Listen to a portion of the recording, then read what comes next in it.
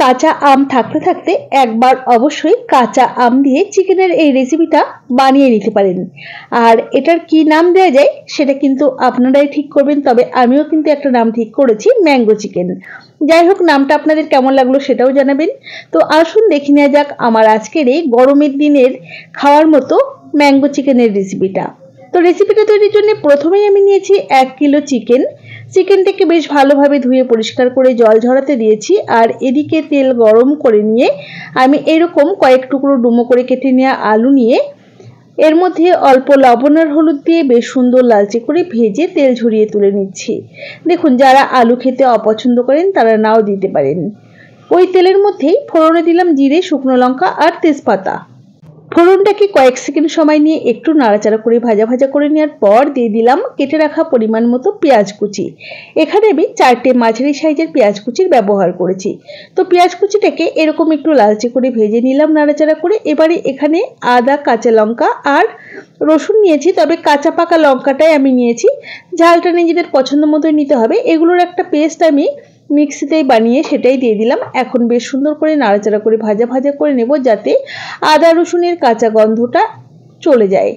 তো দেখুন, বেশ সুন্দর করে ভাজা ভাজা করে নিয়েছি মশলাটাকে। এখন আমি চিকেনের টুকরোগুলো দিয়ে দিচ্ছি। দেখতেই পাচ্ছেন নর্মাল কারি কাট পিস করে কাটা রয়েছে চিকেনের টুকরো দিয়ে নাড়াচাড়া করে মোটামুটি ওই মিনিট 5 এভাবেই রান্না করে নিচ্ছি। মোটামুটি মিনিট 5 হয়ে গেছে। এখন আমি এর মধ্যে দিয়ে দিচ্ছি স্বাদ অনুসারে লবণ।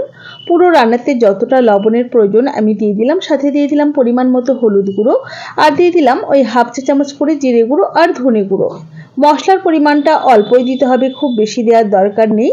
তো এখন আবারও বেশ ভালোভাবে নাড়াচাড়া করে নিচ্ছি। আর গ্যাসের ফ্লেমটা মিডিয়ামে রেখেই ঢাকা দিয়ে মোটামুটি ওই 8 থেকে 10 মিনিটের মতো কষিয়ে নিচ্ছি।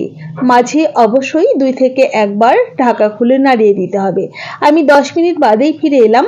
দেখুন, চিকেনটা বেশ সুন্দর করে কষিয়ে নেওয়া হয়ে গেছে আর বেশ সুন্দর তেলও ছেড়ে গেছে। এখন ভেজে রাখা আলুর টুকরো দিয়ে মিশিয়ে নিয়ে আরও 3 থেকে 4 মিনিট আমি রান্না করে নিচ্ছি।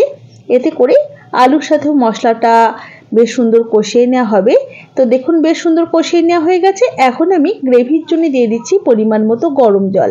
অবশ্যই রান্নাতে গরম জলেরই ব্যবহার করবেন, এতে করে রান্নার স্বাদটা অনেক বেশি ভালো আসবে। তো আমি একটু মাখো মাখোই করব, তো সেই রকমভাবেই কিন্তু জল দিয়েছি। এখন চিকেন আর আলুটাকে সেদ্ধ হতে দেব। তো ঢাকা দিয়ে দিলাম আর গ্যাসের ফ্লেমটা একটু কমিয়ে রেখেছিলাম। মোটামুটি ওই মিনিট 5 পরেই আমি ঢাকাটাকে ওপেন করে নিলাম। আর এখন আমি এর মধ্যে দিয়ে দিচ্ছি ওই যে একটা মাঝারি সাইজের ডুমো করে কেটে নেওয়া আম, আর দিয়ে দিলাম হাফ টিস্পুনের মতো শাহি গরম মশলা গুঁড়ো আর হাফ চা চামচ পরিমাণ চিনি। এই যে আম দিয়েছি, এতে করে চিনি দিলে টক ভাবটা ব্যালেন্স করবে। সমস্ত কিছুকে নাড়াচাড়া করে ঢাকা দিয়ে কম আঁচে মোটামুটি ওই আরও 5 থেকে 7 মিনিট রান্না করে নিয়েছি। আমটাও বেশ সুন্দর সুসেদ্ধ হয়ে গেছে। তৈরি হয়ে গেছে আমাদের দারুণ সুস্বাদু ম্যাঙ্গো চিকেন বা গরমে খাওয়ার মতো চিকেন কারি। রেসিপি কেমন লাগলো অবশ্যই জানাবেন। ভালো লাগলে লাইক ও শেয়ার করে পাশে থাকার অনুরোধ রইল। তাহলে আজ এই পর্যন্তই। সকলে ভালো থাকবেন, সুস্থ থাকবেন। হাজির হয়ে যাব নতুন কোনো রেসিপি নিয়ে। ধন্যবাদ।